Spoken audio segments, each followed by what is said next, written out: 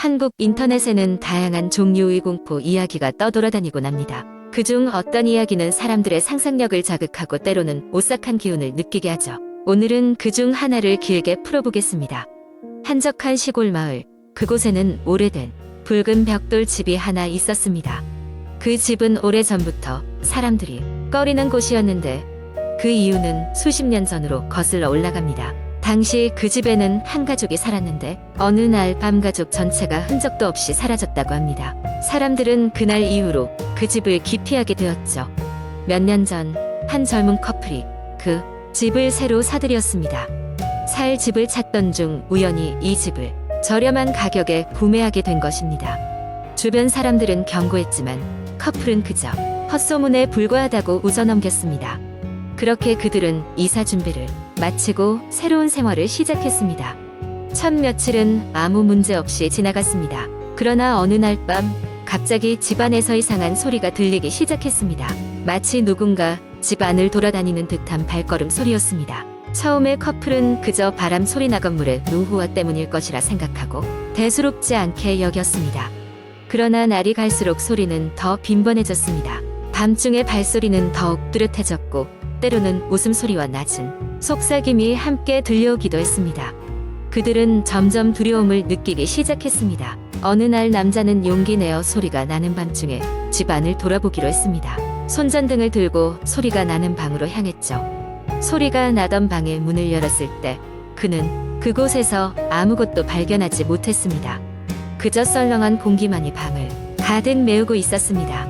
실망감과 동시에 안도하며 다시 침대로 돌아왔지만 여전히 마음 한구석에 남은 찝찝한 느낌을 지울 수 없었습니다. 며칠 후 여자는 남자가 출근한 사이 그 방을 혼자서 조사해보기로 결심했습니다. 그녀는 방 안 곳곳을 살펴보던 중 오래된 벽난로 앞에서 이상한 것을 발견했습니다. 그곳은 벽돌이 다른 부분과 약간 다르게 마모되어 있었습니다.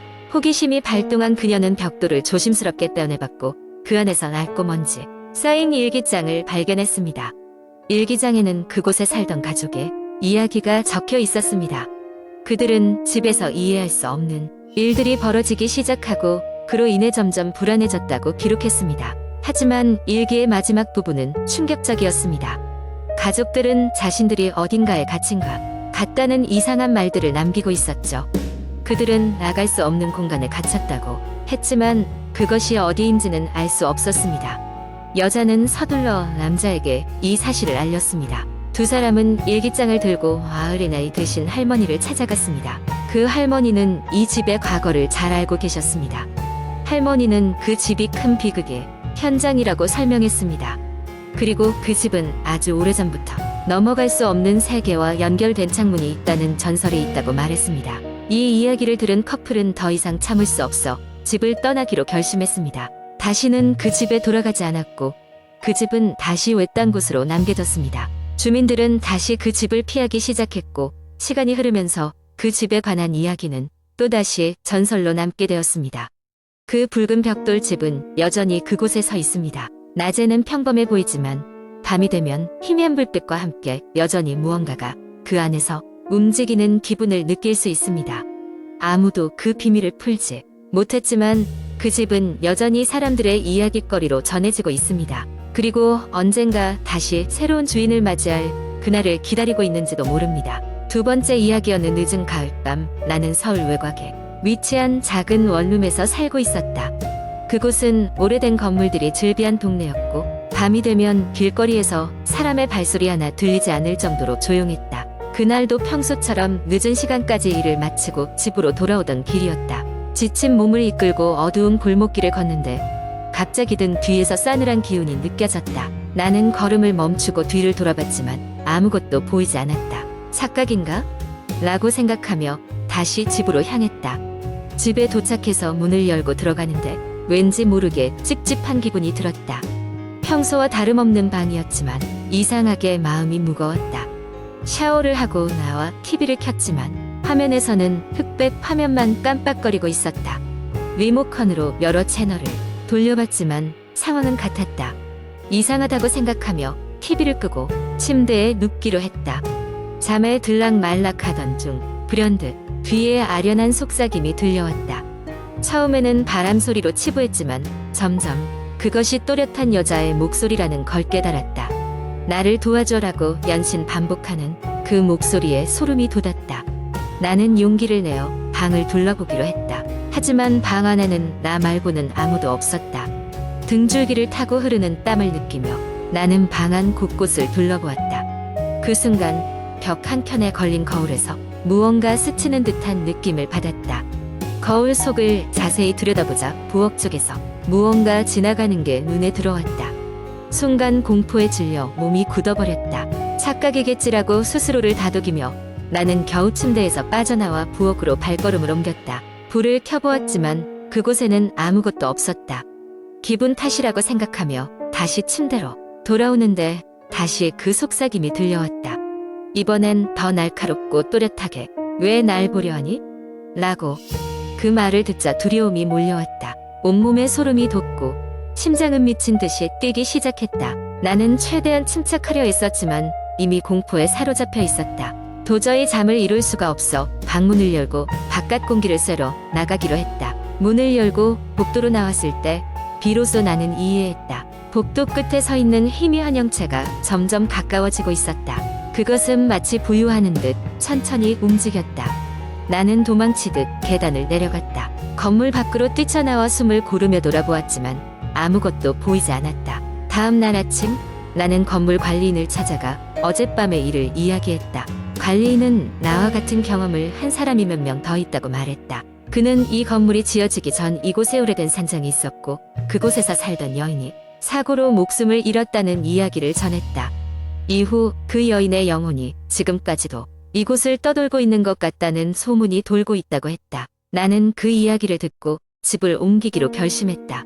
그 후로도 그 동네는 누구도 쉽게 이사 오지 않는다는 이야기를 들었지만 나는 다시는 그곳에 발길을 들이지 않을 작정이었다. 아직도 늦은 밤이 되면 그 여인 의속삭임이 귓가에 맴도는 것만 같았다. 그리고 때때로 내가 겪었던 그 경험이 단순한 착각이 아니었음을 깨닫게 된다. 세 번째 이야기. 한국 인터넷 커뮤니티에는 수많은 공포 이야기가 떠돌고 있으며 이 중 몇몇은 매우 유명하여 오랫동안 회자되고 있습니다.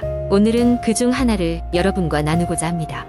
이 이야기는 몇 년 전 한 네티즌이 직접 겪은 경험을 바탕으로 작성된 것으로 알려져 있습니다. 이 네티즌, 여기서는 민호라고 부르겠습니다. 그가 이 경험을 하게 된 것은 여름 방학 때였습니다. 민호는 대학교에서 방학을 맞아 친구들과 함께 시골에 위치한 작은 마을로 여행을 떠났습니다.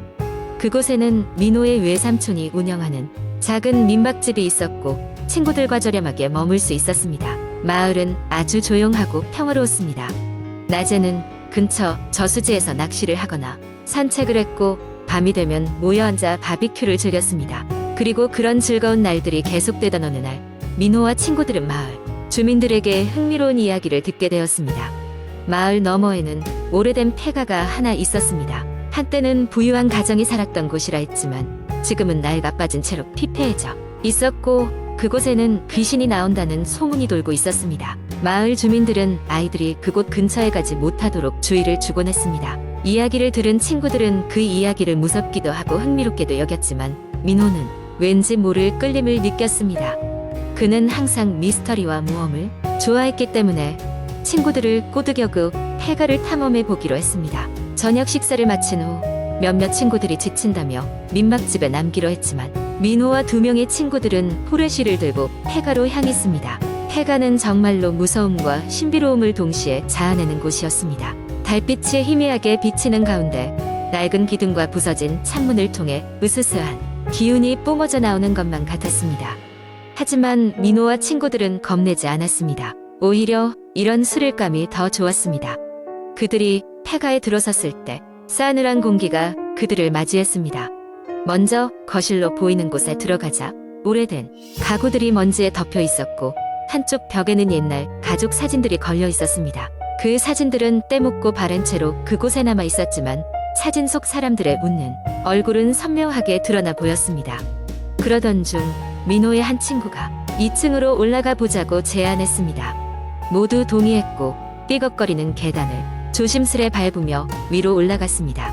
2층에 도착했을 때 그들은 긴 복도와 여러 개의 문이 있는 것을 보았습니다. 방 문을 하나씩 열어보았지만 특별한 것은 없었습니다.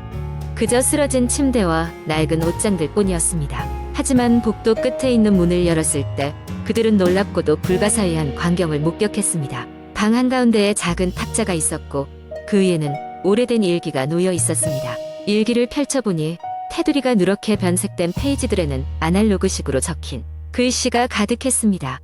내용은 집주인으로 추정되느니 일상과 작은 기쁨들에 대한 것들이었는데 페이지를 넘길수록 내용이 점점 이상해졌습니다. 아이들이 밤마다 온다. 무슨 이유인지 모르겠다. 점점 더 크고 선명해진다. 그리고 마지막 페이지에는 이해할 수 없는 문장들이 친필로 적혀 있었습니다. 나가라. 여기서 나가라. 반복적인 문장이었습니다. 그 순간 민호는 자신의 귀에 무언가 이상한 소리가 들리기 시작했습니다. 마치 누군가 흐느끼는 듯한 소리였습니다. 친구들도 똑같은 소리를 듣고 있는 듯했지만 모두 아무 말 없이 서로를 바라보았습니다. 민호는 다시 일기를 내려놓고 방을 나가려고 했습니다. 그때 방의 문이 쾅 하고 닫히더니 열리지 않았습니다. 갑작스러운 상황에 놀란 그들은 문을 두드리기 시작했지만 문은 꼼짝도 하지 않았습니다. 밖에서 바람이 부는 소리인지 아니면 집 자체가 내는 소리인지 모를 이상한 소리가 들려왔습니다. 그들은 어떻게든 이곳을 나가야 한다고 생각했습니다. 다행히 창문이 열려 있어 민호는 친구들과 함께 창문을 통해 밖으로 탈출했습니다. 지상에 안전하게 내려온 그들 앞에 한 노인이 서 있었습니다. 그 노인은 그들에게 왜 폐가에 들어갔냐고 물었습니다. 민호는 자초지종을 설명했고 노인은 고개를 저으며 말했다. 이 집엔 슬픈 역사가 있지. 그들의 고통이 이곳에 남아있어. 그렇게 그들은 폐가를 떠나왔지만 모두 아무 말도 하지 않았습니다. 단순한 호기심이 가져다준 무서운 경험이었습니다. 민박집으로 돌아온 후 그들은 그날 밤 아무 일 없었던 듯 평소와 같이 지냈습니다. 하지만 민호의 마음속 어딘가에는 그 경험이 깊이 새겨졌습니다. 여행이 끝나고 서울로 돌아온 후에도 그는 종종 꿈에서 그 집을 떠올리곤 했습니다. 흐느끼는 소리와 닫힌 문, 그리고 낡은 일기의 경고가 마치 경고처럼 느껴졌습니다. 그 일이 있고 나서 민호는 더 이상 스릴을 찾지 않게 되었습니다.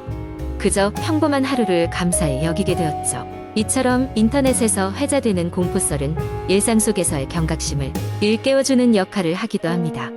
때로는 무심코 내린 결정이 평생 기억에 남는 체험이 될 수도 있는 법입니다.